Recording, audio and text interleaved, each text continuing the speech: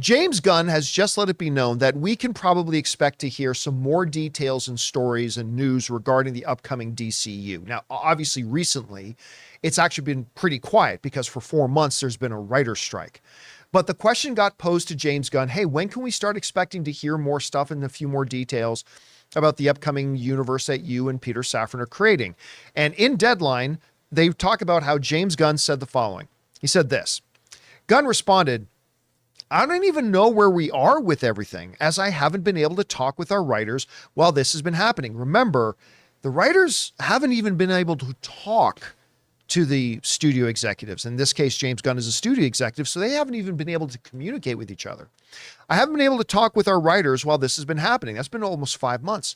Although I'm very happy with the outcome, the strike was a real wrench in the process for sure. So I'll have to see where we are on everything. Jonathan, can we move the, I'll have to see where we are on everything. Is it, You got to take down my picture. Oh, gotcha. I thought it was scrollables. There we go. For the next couple of weeks. But yeah, I'd imagine more news out in the not too distant future. Okay.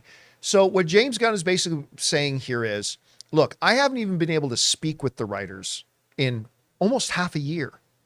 So I'm not completely sure where we are on completely everything. But yes, now that the writers' strike is ended, all development can go full steam ahead. They don't need the actors in order to go full steam ahead on development. And I assume we're going to be able to give you more news in the not too distant future. Now, the last time James Gunn said something like that, we ended up getting the full DC 10 project announcement, all kind of stuff. And while I don't expect something of that grandeur coming up, I don't expect Peter Safran and James Gunn to all of a sudden come out and tell us what the next 10 projects that we're going to be doing. I do expect some significant news to come out here shortly. But that raises the question, what news is there that we're still waiting on? And I think there is a lot. But I thought I would kind of, just for fun, break it down into what I think are the 5 biggest pieces of information that we are still waiting on as fans when it comes to DCU. Again, I think there are hundreds of questions that a lot of fans have. But these are the 5 big things that I hope news addresses shortly. The 5 biggest pieces of news I'm looking forward to. All right, we're going to start with this one. I think this is the number one on most people's minds. Who's going to play Batman? Yeah. I think that is a real big question.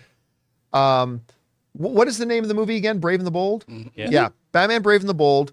We know Batman is in it. It's Batman. We're going to have a Robin, who I think is going to be his kid, Damian, is going to be that Robin. So who is going to play this Batman? And these are questions that are going to start to heat up, especially as we get closer, because that Brave and the Bold movie is not that far away. So they've got to be in the process of looking about who's going to be casting in this, writing the scripts, all that kind of stuff. And I believe this is the one that the director of The Flash is going to be directing. Yes. Andy Muschietti. Yeah. Who I don't care what anybody else says, I thought Andy Muschietti did a fabulous job on that Flash movie. I thought he did a really good job on that Flash movie. So I'm looking forward to seeing what he does there. So I think the number one question that everybody's waiting to hear is who's going to play the new Batman. The next question up, I think, is this. Who's going to be Superman Legacy's villain? You know, we've got our casting, by the way, terrific casting for Superman and Lois for Superman Legacy. But the big question, and we already know Nathan Fillion's going to be in there. We know a number of the secondary characters. They've made those announcements, other castings for it as well. But we're still sitting here not knowing who's the villain of the movie. We don't need to know who it is right now, but I think that's the big question regarding Superman Legacy that a lot of us still have hanging over us. So yeah, number one question, who's going to play Batman? Number 2, who's going to be the villain of Superman Legacy? I think the third big question is, are we getting a new Wonder Woman? Gal Gadot muddied the waters a bunch recently when she said, oh no, me and James are talking, we're still going to blah, blah, blah. And then a report came out from a rep at Warner Brothers saying, nah, that never happened. Like that conversation never happened. So it looked like for a little while that Gal was still going to be Wonder Woman in the new DCU. I think it's now become apparent she is not going to be the Wonder Woman in the DCU. But, you know, in that big James Gunn, Peter Safran announcement about the 10 projects, other than a Themyscira thing, no word of Wonder Woman. Right? There's no Wonder Woman in there anywhere. So are we getting another Wonder Woman in DCU and who's going to play it and all that? Still a lot of questions surrounding the Wonder Woman thing. So I think that's one of them. All right. Who's going to be Batman? Who's going to be the villain Superman Legacy? Are we getting a new Wonder Woman? I think the fourth question is this. who's Jason Momoa going to be playing? I think that's one a lot of people are asking, because we all remember 6 months ago or whatever when Jason Momoa came out of, that meeting with David Zaslav and James Gunn and Peter Safran, like literally doing his best Ric Flair, still on the grounds of Warner Brothers, looking like a kid in a candy store going, woo, like so excited about whatever it was they just told him about the upcoming DC universe. And he was freaking out. Well, we know he ain't going to be Aquaman anymore. So he's going to be somebody else in this universe. Maybe Wonder Woman. Maybe questions 3 and 4 just answered themselves. Boom. Now, I think a lot of the assumption out there, because it's a big fan casting, is that it's Lobo. It very well may not be Lobo. Although if it is Lobo, I think a lot of people are going to be very happy. Like some people feel like he was born to play Lobo. So who is Jason Momoa going to play? I think that's one of the big questions on people's mind. And this 5th question maybe shouldn't even be on this list, because it's not one that I expect James Gunn or Peter Safran to announce in a piece of news anytime soon. But the question is this: what is the tone going to be?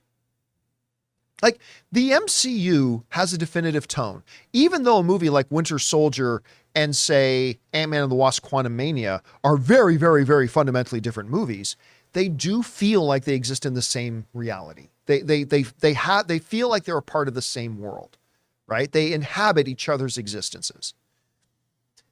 And I'm curious to see, I think a lot of people are worried that James Gunn is just going to make the entire DCEU like a James Gunn movie.